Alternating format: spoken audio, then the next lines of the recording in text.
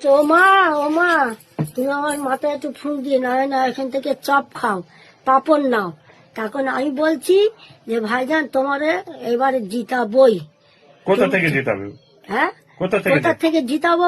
5টা ভোট গুড়ি নিয়ে ভাঙড়ে জিতবে ভাইজান? হ্যাঁ, ভাইজান ভাঙর ছাড়া কোথাও জিততে পারবো, জিতবো অন্য জায়গাও জিততে পারবে, ভাইজান ছাড়া কেউ নেই। ভাঙড়ে জিতবে ভাইজান? হ্যাঁ। আচ্ছা, তুমি কোনোদিন এমএলএর হাত থেকে কিছু হাতে করে পেয়ে খেয়েছো? না কেউ দেয়নি, ভাইজান ছাড়া আমার কেউ দেয়নি। এই মেয়ে বলে এই আমার ছাড়া, এই ছেলে আমার ছাড়া আর কেউ আমার দেয়। আচ্ছা, ভাইজানের সাথে কথা বলে ভালো লেগেছে? হ্যাঁ, আর ভাইজান ছাড়া আমি চিনি না। 26-এ কি ভাঙড়ে ভাইজান জিতবে? হ্যাঁ, ভাইজান জিতবেই, ভাইজান আল্লাহ ছাড়া কেউ নেই, আল্লাহ জিতাবে।